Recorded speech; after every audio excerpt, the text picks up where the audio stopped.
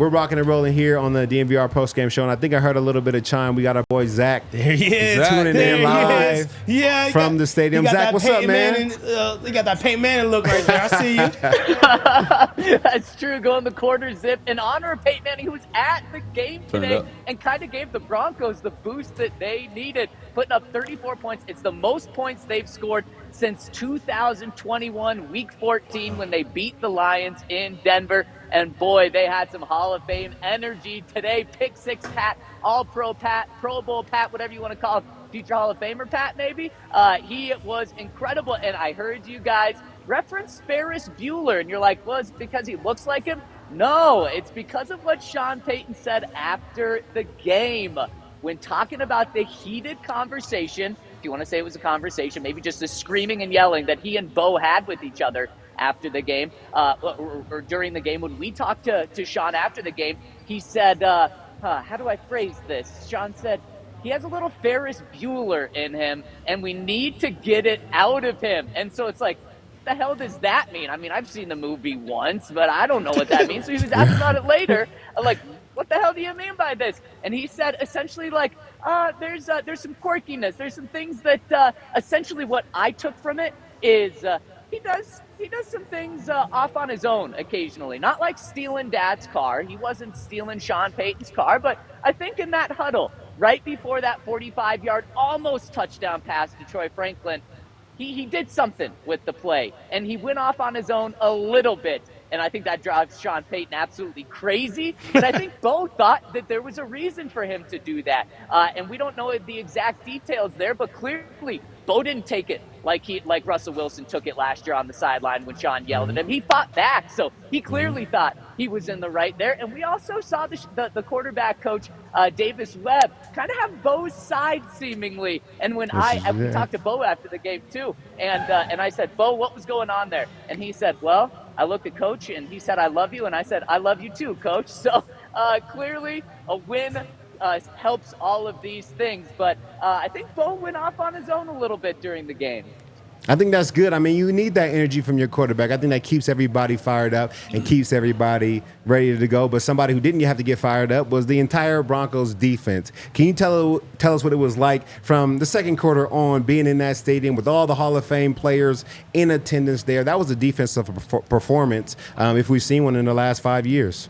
100%, Todd, and it's all about the Orange Crush today. We're in the 1977 throwbacks, the first team to make it to a Super Bowl, and this defense looked like the Orange Crush defense. We're getting dangerously close to having a nickname for this group because they hold the Raiders they go 34 unanswered points, and the Broncos defense scored more than the Raiders during that stretch, and the game turned on its head when Pat had that interception. And that's the one thing that Sean pointed to about what Pat could be better in, is making plays on the ball. And not just being a lockdown quarterback, but being a game-changing quarterback. And boy, was he that today. And Sean, after the game, said that interception was a 10-point swing at least. That really 14-point swing. Yep. He had Brock Bowers open. He catches that, turns into the end zone. It's 17-3. The Broncos are in a big hole against the Raiders. Instead, Pat takes it the other way. It's 10-10. We're talking about a 14-point swing there. And then from that point on, it was like, oh, man, just how much are the Broncos going to beat the Raiders by? Not if the Broncos are going to beat the Raiders. And again, this is a team where the Raiders have been bad in their 8-game win streak against the Broncos, but somehow they just always find a way to win. The Broncos made sure that was not the case, and it was in big part because of the defense. Obviously, Pat Surtain's pick six, but his other interception was insane. Getting the PBU on his own and smothering coverage on Brock Bowers, then picking it off as well. And then how about Riley Moss? And Pat told us after the game, he said, that white corner's making history out here. Those were his words, not mine. And I mean, it's what everyone thinks, right? It's like he's the first guy since, Jason Sehorn back in 2000 to play the position, and he's doing it on one side, but he's got a very difficult job doing it because he's going on the other side of Pat Surtain, who's not going to get targeted much, and I think they just stopped targeting him after the 2 interceptions. Well, how do you get that to change? Well, you make plays, just like Riley Moss did. 3 turnovers in a game, you win 90% of those games. You score a touchdown on defense, you win 80% of those games. The Broncos defense did everything they needed to, and then the offense started to take off in the second half. That's when they really got their momentum. Zach, I think that's the hardest I've seen you smile since I've known you. Zach, tell us a little bit about that offensive line today, man. They did a beautiful job today. They was out there pounding the ball in the run game, and we know Garrett Bowles went down a little bit towards the end of the game. Is he okay? One, and then what did you see out of those guys on that sideline? How was their energy running that rock? Because it seemed like they were juiced over there.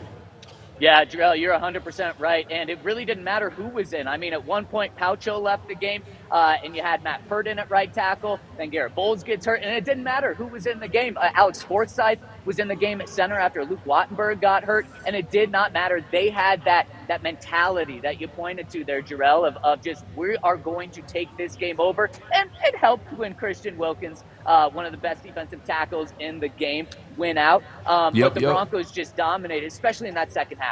They ran the ball. They committed to running the ball. Javonte Williams ran hard. He's jumping over guys and then getting smashed, but then getting right back up. And the offensive line was really the reason for that. They were getting holes, and that's the biggest thing here. They have to do this.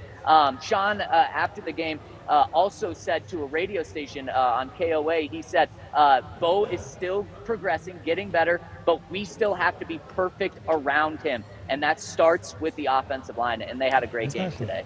Great game. All right, man. Well, thank you for calling into the show. We appreciate your insight always. Like Noshawn said, we love your quarter zip up. Anything else you want to tell us before you head out? Man, Todd, you asked what the energy felt like here, and it feels different than the past 8 years. It really does, from the head coach to the quarterback, but also to the energy and environment in this stadium. Midway through the third quarter was the first time that this stadium has rocked in a couple of years. Like, you are feeling the fans going crazy. And I don't blame fans for not being like that last year and the years before, but it does feel different. Broncos are now on a 3-game win streak. Bo Nix just had his best game. We saw the Broncos defense now making plays big time. This could be a team that makes a very serious run. And the Broncos are in second place in the division at 3-2 right now. A game up on the Raiders, half a game up on the Chargers. And if the Saints pull off the upset tomorrow night, they'll be one game back at the top of the AFC, which is insane. So, Noshawn, do you believe?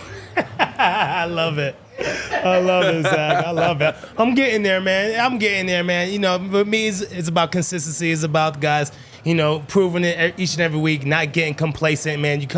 You play a really good game this week, right? And you got a Chargers team, another divisional game next week that you got to be focused on. And, hey, let's take a bigger lead in the division, right? So I'll get there, right? But I just want the guys to stay consistent, let this defense keep on playing how they're playing, and us improving on the offensive side. Yeah, I'm learning a lot about Noshawn, Zach. You know, as his friend, I feel like I can never fall off. You know what I'm saying? If I fall off as a friend, I'll never get my job back.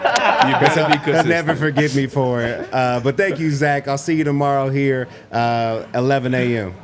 Well, thanks for having me, guys. And Noshawn, you're my favorite. You're the best. I'm just always going to start on the good side with you, so I don't have to re-earn any trust. Love it, Zach. Appreciate you. Yeah, bless See you guys. Always good.